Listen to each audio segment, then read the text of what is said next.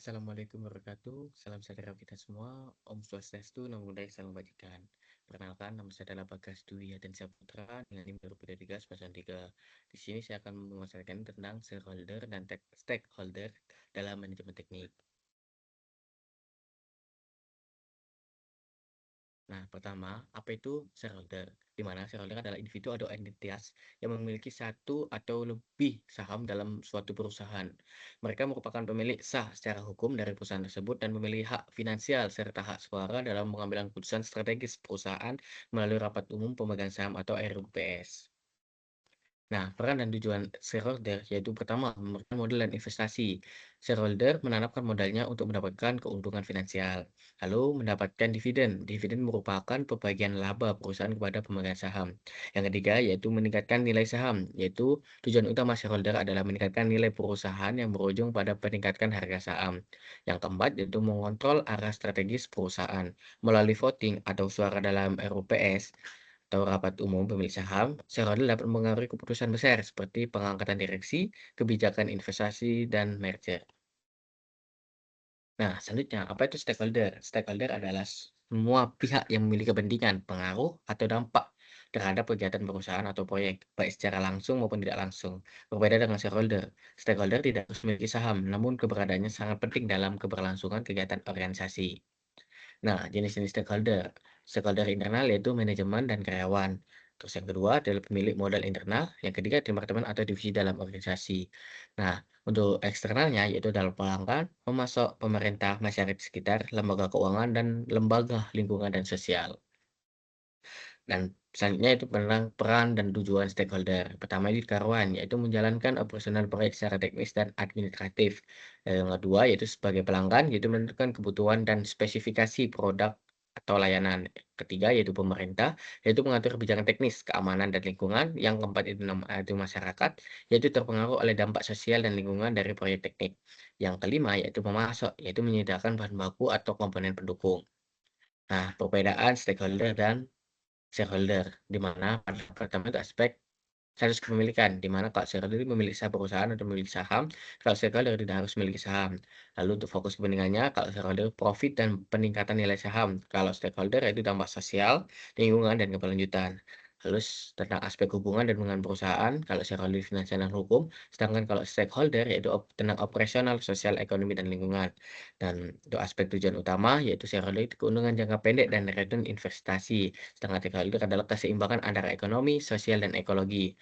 Lalu untuk aspek peran dalam pengambilan keputusan, shareholder yaitu melalui RUPS atau rapat umum pemilik saham dan voting. Sedangkan stakeholder yaitu melalui komunikasi, konsultasi, atau kemitraan proyek. Contohnya, kalau shareholder yaitu investor, pemegang saham mayoritas, sedangkan stakeholder yaitu karyawan, pelanggan, pemerintah, dan masyarakat sekitar.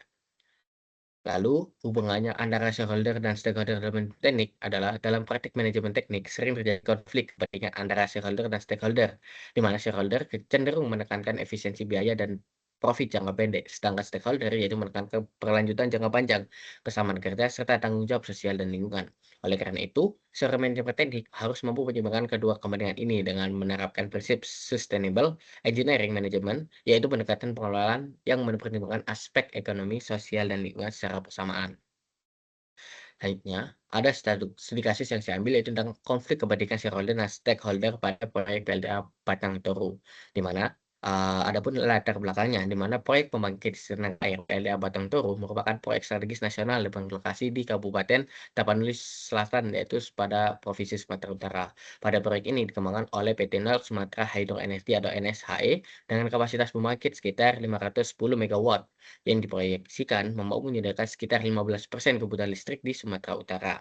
Investasi proyek ini didukung oleh stakeholder utama, yaitu konsorsium investor dari dalam dan luar negeri, termasuk perusahaan energi nasional dan lembaga keuangan internasional seperti China Power Investment Corporation, yaitu CPI. Dari sisi teknis, proyek ini memanfaatkan energi air sungai Batang Toru sebagai sumber energi terbarukan untuk mendukung program pemerintah dalam transisi energi hijau dan pengurangan emisi karbon. Namun, sejak awal proyek ini diinisiasi, muncul berbagai kontroversi dan konflik kepentingan antara pihak shareholder, pemegang saham dan investor proyek dengan stakeholder atau masyarakat. pemerhati lingkungan, LCM, dan pemerintahan daerah. Konflik ini menjadi studi penting dalam manajemen teknik karena menunjukkan bagaimana kegagalan dalam mengelola kepentingan multi pihak dapat mempengaruhi keberhasilan proyek besar secara signifikan. Di mana ada identifikasi pihak-pihak yang terlibat. Pertama, stakeholder atau pemegang saham investor, yaitu pada PT Naf Sumatera Hydro Energy atau NSHE, di mana itu selaku pemegang lisensi proyek dan operator utama. Yang kedua, yaitu investor China Power Investment Corporation, yaitu CPI, yaitu menyediakan dana investasi dan teknologi. Selanjutnya ada investor nasional, yaitu beberapa perusahaan energi Indonesia yang mendukung pembiayaan proyek. Dan yang keempat, yaitu pemegang saham individu, yaitu pemodal lokal yang memiliki saham minoritas, di mana tujuan mereka yaitu pertama, meningkatkan nilai investasi dan return on investment atau ROI, dan menyelesaikan proyek tepat waktu agar segera menghasilkan keuntungan. Yang ketiga, yaitu meningkatkan reputasi sebagai pelopor energi hijau di Indonesia. Sedangkan kalau stakeholder atau pemangku kepentingan, pertama, ada masyarakat lokal di Tapanuli Selatan, yaitu terutama yang tinggal di sekitar aliran Sungai Batang Toru. Yang kedua itu pemerintah daerah dan pusat, yaitu Kementerian SDM, Kementerian Lingkungan Hidup dan Kehutanan atau KLK, dan Pemprov Sumut. Selanjutnya tentang lembaga swadaya masyarakat (LSM) seperti Wahana Lingkungan Hidup Indonesia (WALHI) dan Sumatera Orang Utan Conservation Program atau SOCP, dan ada lembaga keuangan pemberi pinjaman, yaitu Bank Dunia dan Asian Development Bank yang sempat menolak mendanai proyek. Yang selanjutnya ada akademisi dan peneliti lingkungan melakukan kajian dampak ekosistem. Yang selanjutnya ada media dan publik yang menjadi saluran komunikasi dan rekan sosial terhadap proyek. Nah, untuk kepentingan utama mereka yaitu pertama, melindungi ekosistem dan habitat orang utan tapanuli atau Pongo tapanuliensis yang terancam punah. Yang kedua, yaitu menjaga keberlanjutan sosial dan ekonomi masyarakat lokal. Yang ketiga itu memastikan proses AMDAL, analisis mengenai dampak lingkungan dilakukan secara transparan dan partisipatif.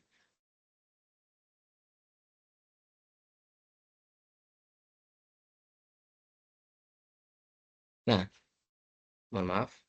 Nah, selanjutnya itu kronologi pemasaran. Pada tahun 2012 sampai 2015, BDNSI memulai melakukan studi kelayakan proyek dan pengajuan AMDAL. Pada tahap ini muncul protes dari kelompok lingkungan karena wilayah proyek berada di kawasan ekosistem Padang Toro yang merupakan habitat langka orang hutan Tapanuli. Pada tahun 2017, pemerintah menyetujui AMDAL dan proyek ini mulai dikonstruksi. Namun, berbagai LSM menilai bahwa studi lingkungan tidak mencakup seluruh dampak ekologis dan sosial secara detail. Pada tahun 2018 sampai 2019, masyarakat lokal dan lembaga lingkungan melalui aksi penolakan karena proyek dinilai mengancam sumber air dan lahan pertanian. Sementara itu, shareholder telah melanjutkan proyek dengan alasan mendukung transisi energi bersih. Pada tahun 2020, beberapa lembaga keuangan menarik diri dari pendanaan karena tekanan publik dan kekhawatiran reputasi internasional. Hal ini menyebabkan penundaan jadwal proyek serta pembukaan biaya investasi. Pada tahun 2022 dan 2023, pemerintah memediasi dialog antara pihak perusahaan, LSM, dan masyarakat.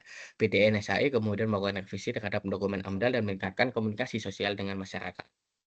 Nah, selanjutnya ada analisis konflik, di mana pada tujuannya pada shareholder yaitu menyelesaikan proyek untuk memperoleh keuntungan dan memenuhi target listrik nasional, sedangkan stakeholder yaitu menjaga keberlanjutan lingkungan dan sosial di sekitar wilayah proyek. Lalu ada aspek finansial versus ekologis, di mana pada shareholder menginginkan proyek tetap berjalan karena investasi besar telah dikeluarkan, sedangkan stakeholder itu menginginkan proyek ditinjau ulang karena dampak terhadap habitat orang dan sumber air. Selanjutnya, pada aspek persepsi terhadap risiko, yaitu di mana pada shareholder, resiko utama dianggap pada biaya dan keterlambatan proyek. Sedangkan kalau stakeholder, itu risiko utama dianggap pada kerusakan ekosistem dan kehilangan sumber kehidupan masyarakat. Sedangkan pada aspek pendekatan manajemen, yaitu pada shareholder pendekatan top-down atau fokus pada target proyek dan regulasi formal. Sedangkan stakeholder pendekatan partisipatif menuntut keterlibatan masyarakat dan transparansi data.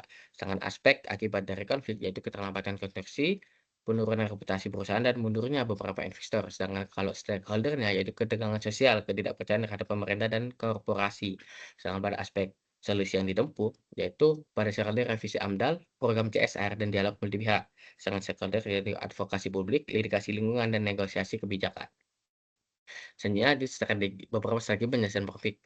Pertama, yaitu transparansi informasi, di mana menyediakan akses publik terhadap hasil kajian AMDAL, laporan proyek, dan dampak sosial ekonomi. Selanjutnya tentang partisipasi masyarakat atau community engagement, jadi melibatkan masyarakat lokal dalam proses perencanaan dan pelaksanaan proyek, bukan hanya sebagai menerima dampak, tetapi sebagai mitra. Yang ketiga, yaitu program CSR, Corporate Social Responsible, yaitu PT NSHI mengembangkan beberapa program sosial seperti pendidikan, pelatihan kerja, dan pelestarian lingkungan. Dan keempat, itu pendekatan kolaboratif pemerintah, Kementerian SDM, dan KLK menjadi mediator menyeimbangkan kebutuhan energi nasional dengan kelestarian lingkungan. Yang kelima yaitu revisi dan pengawasan AMDAL dengan studi lingkungan diperbarui dengan melibatkan lembaga independen dan akademisi agar lebih objektif dan komprehensif. Yang keenam yaitu penerapan prinsip ESG atau Environmental Social Governance, di mana integrasi aspek keberlanjutan dalam setiap keputusan investasi dan desain teknik. Nah, kesimpulan pada presentasi saya, di mana pada studi kasus PLDA Badang Toru menunjukkan bahwa kegagalan dalam mengelola relasi antara shareholder dan stakeholder dapat menyebabkan konsekuensi besar, termasuk ketidakmampuan proyek, penarikan dana investasi, dan penurunan reputasi perusahaan. Sebaliknya, jika hubungan tersebut dikelola dengan transparansi, partisipasi, dan etika profesional teknik, maka proyek tidak hanya memberikan keuntungan finansial, tetapi juga kontribusi sosial dan lingkungan yang positif. Dalam konteks manajemen teknik modern, fungsi seorang manajemen teknik bukan hanya memastikan proyek selesai secara teknis, melainkan juga memastikan bahwa seluruh pihak yang berkepentingan merasa dihargai, dilibatkan, dan mendapatkan manfaat bersama. Baik, mungkin itu saja presentasi dari saya. Jika ada salah atau kurangnya, saya mengucapkan mohon maaf yang sebesar-besarnya. Saya akhiri, wassalamualaikum warahmatullahi wabarakatuh.